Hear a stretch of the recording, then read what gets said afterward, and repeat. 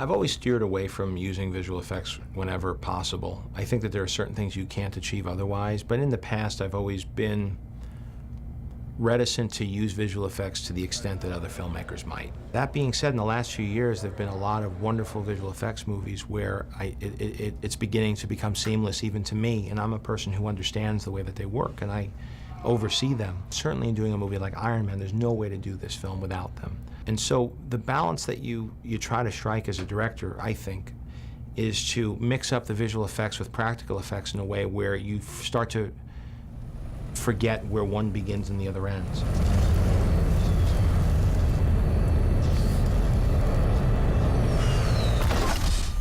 Okay.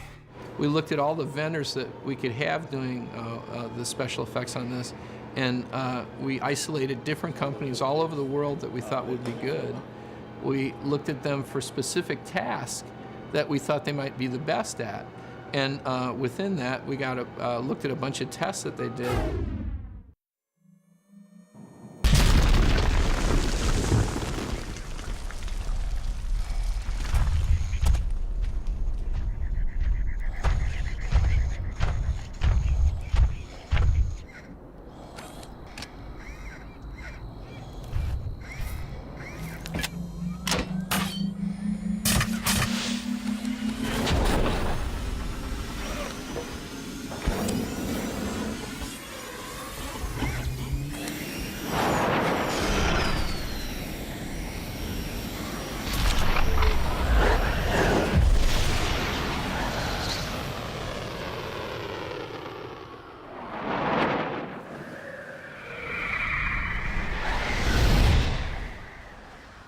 Right now we have 3 companies doing the visual effects for Iron Man.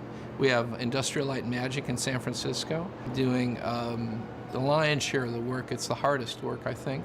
The Orphanage, also in San Francisco, which are ex-ILM people and now have a smaller company, and they're doing some of the smaller stuff. And then we have a very small house in Vancouver, Canada, called the Embassy, who's doing the Mark I sequences, which is the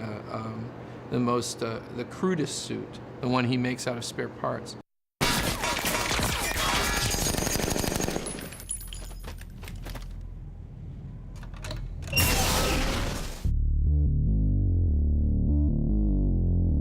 Doing Iron Man, it's something that's been a lot longer process. It's more like a marathon than a race, but it's been something that everyone's been really, really into doing. We started with the scan that we were given, and the scan didn't include all of the pieces, so we had to go in, add pieces that weren't included in the scan, and adjust things that maybe weren't entirely accurate. So there was a lot of remodeling that had to be done to get it to the final state. And then we had to also do what we call unwrapping, which is you give this look, you basically flatten out all the pieces so you can then texture it with photos or hand-painted textures. We were also given a lot of high-res images of Robert Downey because there's a few shots where he approaches camera. The suit comes right by camera. And so using those images, again, we have to flatten it out to get facial textures going. The first Mark suit has all the different signatures of all the parts that are on it. So, you'll see a little bit of paint from one, an insignia of Stark Industries from another. Little details like spinning fans in the back and things like that were added too. We did also rig up these pieces.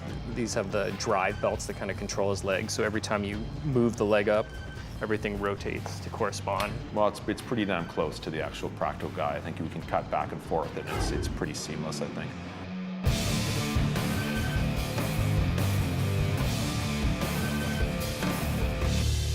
Here is a mocap sequence that we got that they shot down in LA at Giant. And we got the mocap and we transferred it onto the rig of our 3D model. It's somewhat imperfect when it first comes in. This is the mocap of one of the sequences where he's walking down a hill with his flamethrower going. Once we get that and we map it onto our rig, it looks a little bit like that. So there's all kinds of problems with the shoulders and with his head. And once we clean that up, we end up with something looking a little bit more like this.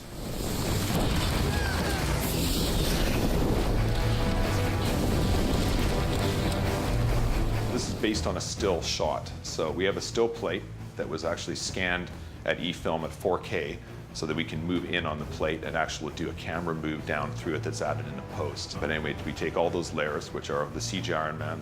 There's computer-generated smoke that goes in front of him as well to blend him back into the background, the CG reflection pass, and then color correcting. We even have little Robert Downey's eyes in there, and he's blinking up and down. Actually, a little bit. He has a little blinking, and he follows motion. So we move a null somewhere where we think the insurgent should be, and his eyes will track and follow them in that area where we think it should be looking.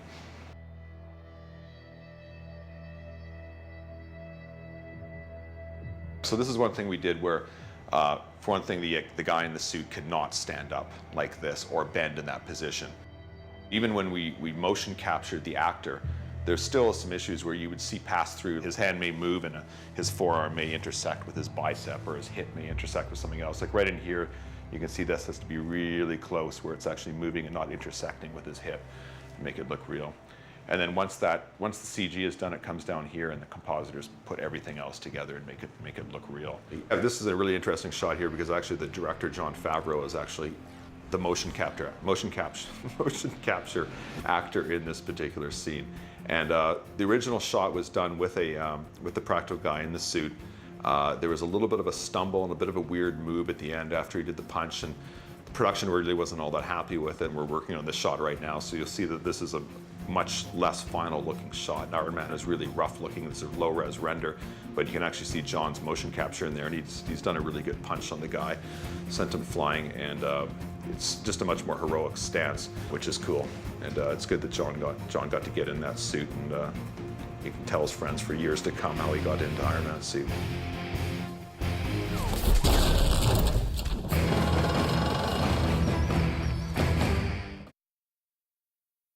Everyone in our industry wants to make shiny metal robots, you know? So having a big metal robot guy running around blowing things up is kind of your dream job.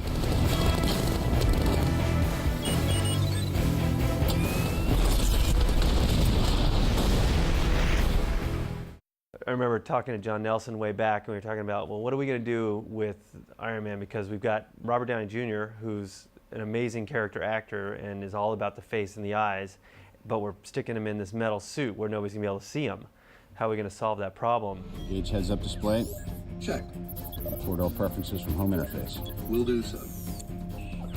19 months ago, I walked into visual effects supervisor John Nelson's office, and on his wall, he had a picture from 2001, A Space Odyssey, of Dave in his helmet with all the reflections on his face in the slit scan sequence. And I said, well, what's that doing on the wall? And he said, well, come with me. And we walked over to the storyboard artists, and they had drawn these shots of Tony inside his mask. But they weren't inside his mask because there was this depth to it with graphics in front of his face. And I said, that's going to be the coolest thing in this movie. The HUD was, in many ways, kind of the dream job that we always are sort of dying to get at the Orphanage. I mean, you know, we're a visual effects house, and oftentimes we are asked to do visual effects where it's like, make this jet look exactly like a jet, or make this explosion look exactly like you know exactly what it looks like. And the HUD was one of these things where make something that you've never seen before, that nobody's ever seen before, but yet something that everybody thinks is really cool.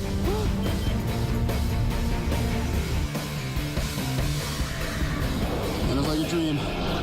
We have many of these shots where you actually see Tony flying and you see him doing his thing, but then we actually see it through Tony's eyes looking out.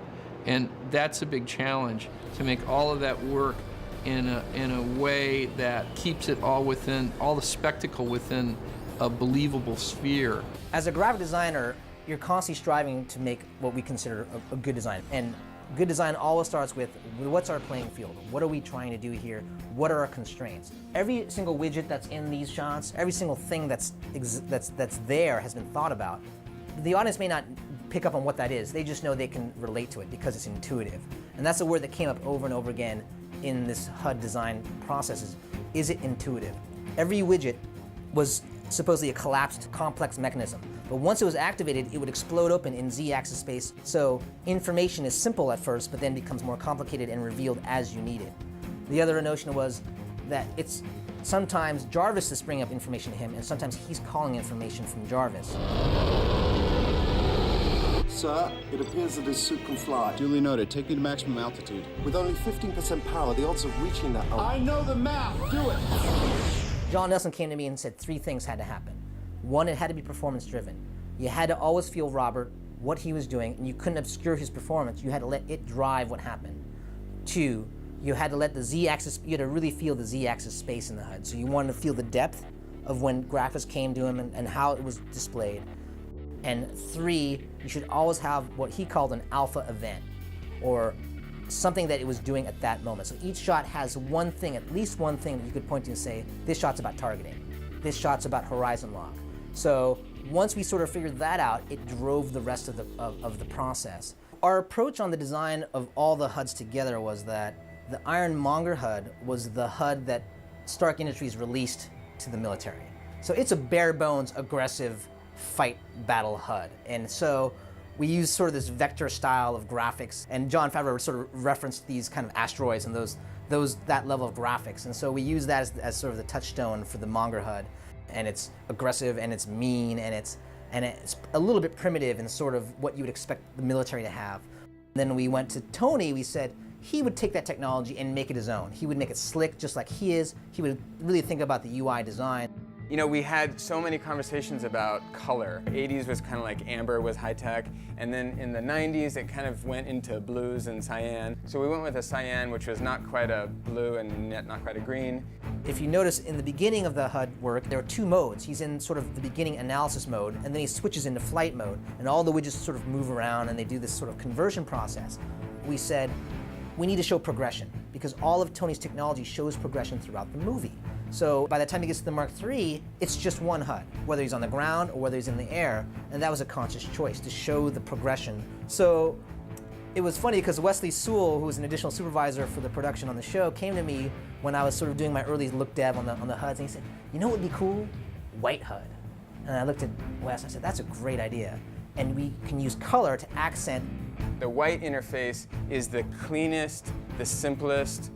In a way, it's like the least obvious and the most obvious at the same time. Because we thought, simplify is going to make it really clean and simple.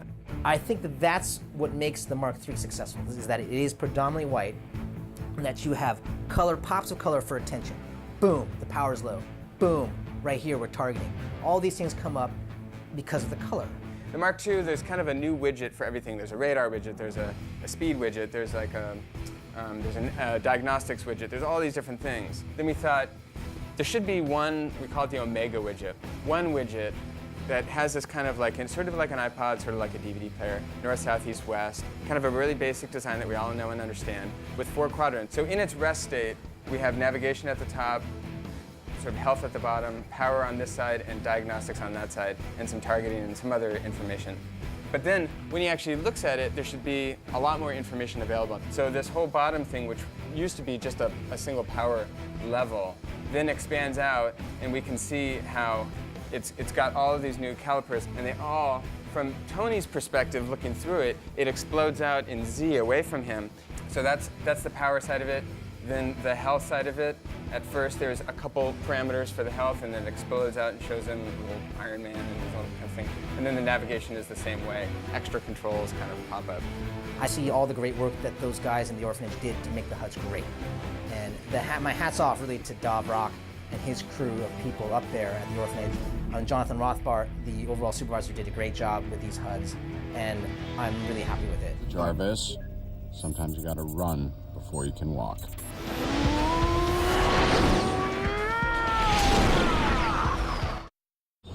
Time to hit the button!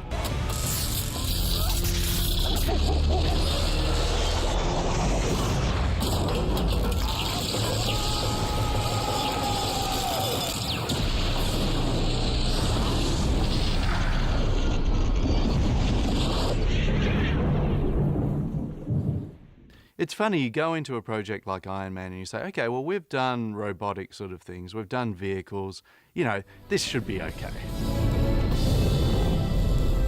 Kill power.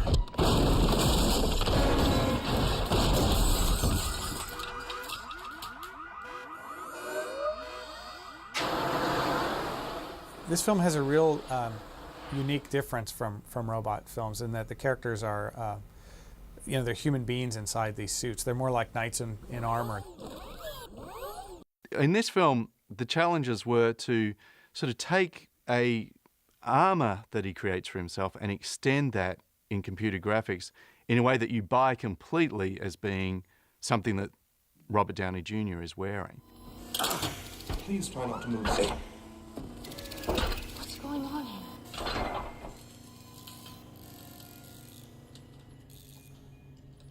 Let's face it, this is not the worst thing you've caught me doing.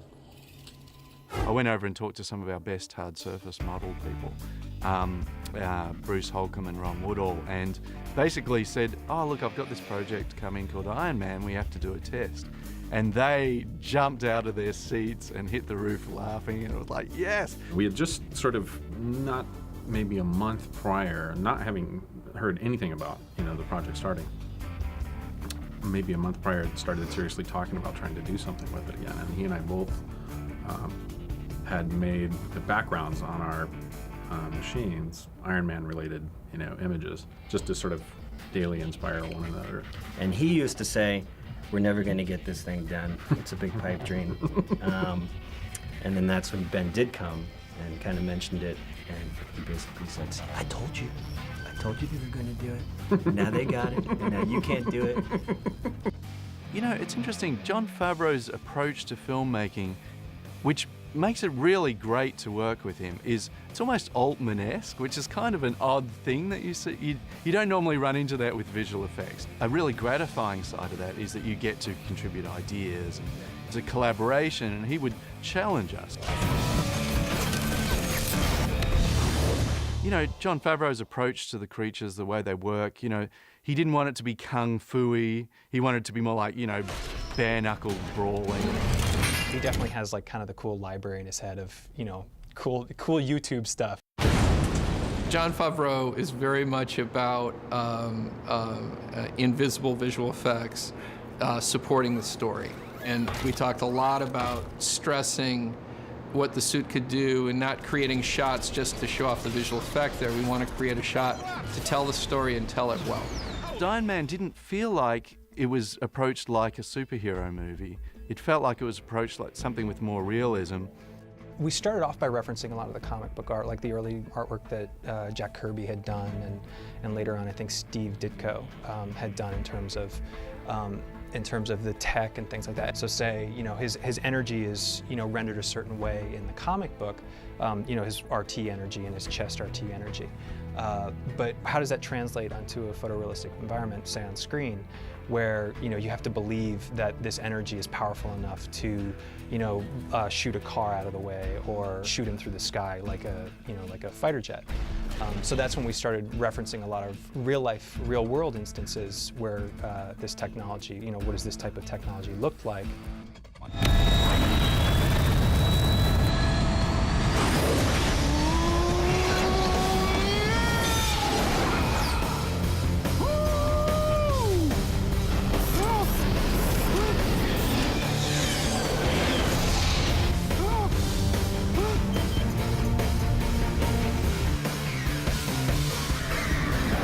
Like a dream. We actually put a lot of work into saying, okay, based on the design of the suit, how would he then use this to fly? How would he make his flaps come out? What would he use to steer? That sort of thing. Tony's suit is so tricked out and fully featured, and bits fold out of it, and he's got weapons that pop up from it. And we actually built a whole underlayer to the suit to try and make it, you could really see, I can kind of get a sense of how this thing's driven and how it protects him and makes him strong. All of the under-tech stuff that is underneath the suit kind of got developed as we went along through the movie. And there are many shots of Robert Downey Jr. with a lot of the under mech on his arms and then on the boots, which I think they made practically as well.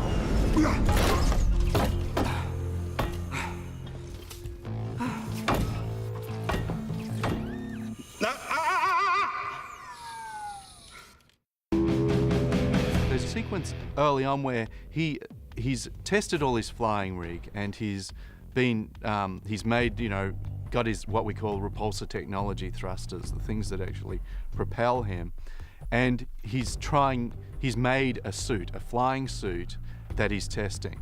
And so we've got these big tracking shots that go around the silver suit as it starts folding pieces out and testing the flying surfaces.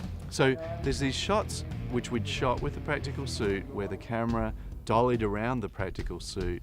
But we ended up, replacing it in these shots because we really needed just everything to move.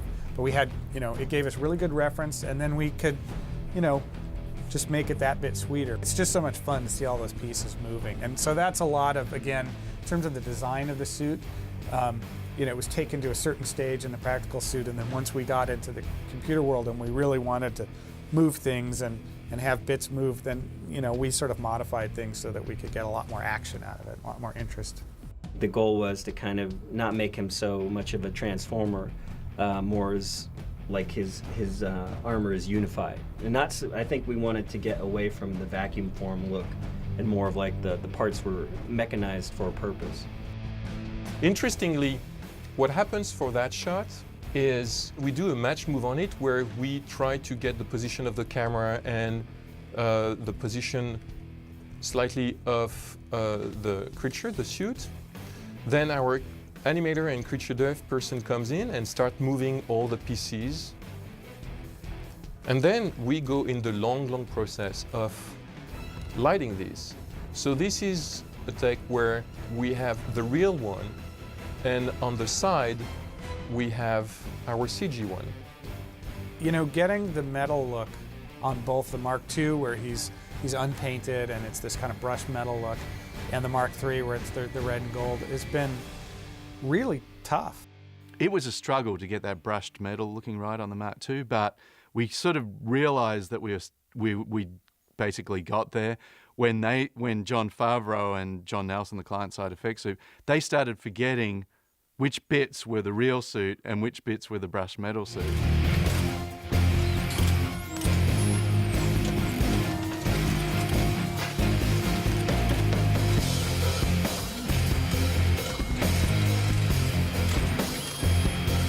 That sort of marriage of the CG and the real, where you're not sure where one ends and one, that's something we always strive for. In one scene, we'd filmed Robert in a helmet and very little else. Initially, there was a slightly different take on that whole event. Iron Man was going to crash land on the roof, and he was going to be trying to rewire some stuff on the roof, and then Ironmonger was going to land on the roof and interrupt him. Now, during the evolution of the film, that changed, and Robert actually had thought he'd got rid of Ironmonger, that he's gone now. I've solved the problem. I've got to limp back home on, one RT because the other one's busted up, and somehow make it back to the Stark campus. And he gets back to the campus, ends up crash landing on the roof of the Tokamak building, and so I'm done. Take off my helmet, take off my glove. And none of that was in the original performance. It was basically the original performance was him sort of walking forward, talking, and then turning around. So the animators had to come in and put a front end on that because we still needed him to open the helmet and it be Robert Downey and it all to match. But the front end, he had to do a quite different performance while he was still Iron Man. I'm almost out of power. I gotta get out of this thing. I'll be right there.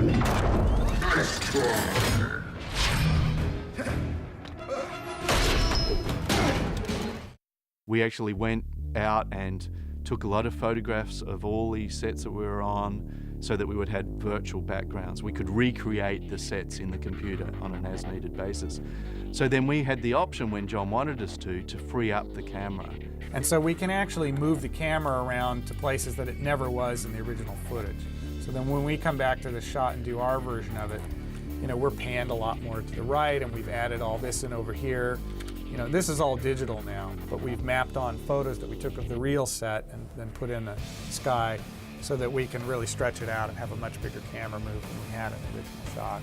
And then the jump is a lot bigger now with a more heroic moment in the middle of it. We tried to get what we've been calling a Marvel moment, which is sort of, here where he's really flying through the air, he's got his fist up and he comes down for this big punch.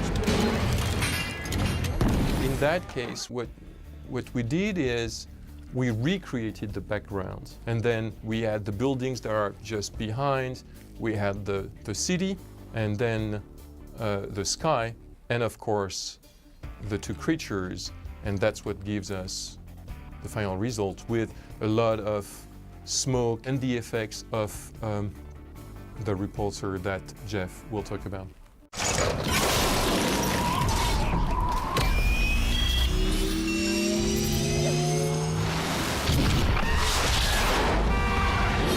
See some of the various types of elements that went into making like the RT effect on like the foot. There were a lot of sort of powerful sort of flamey elements that then would get built up. We add sort of glowy cores. We added elements such as this one to sort of that we could animate on a shot-by-shot basis and sort of emphasize different aspects of it, make it feel more powerful at times when he really wanted to goose it and accelerate through the frame. All right, let's see what this thing can do. What's SR-71's record? The altitude record for fixed-wing flight is 85,000 feet, sir. Records are made to be broken. Come on! It's been great. It's been really fun. It's a great way to kind of shake things up. I wish I had a suit like that. Good job. Good job.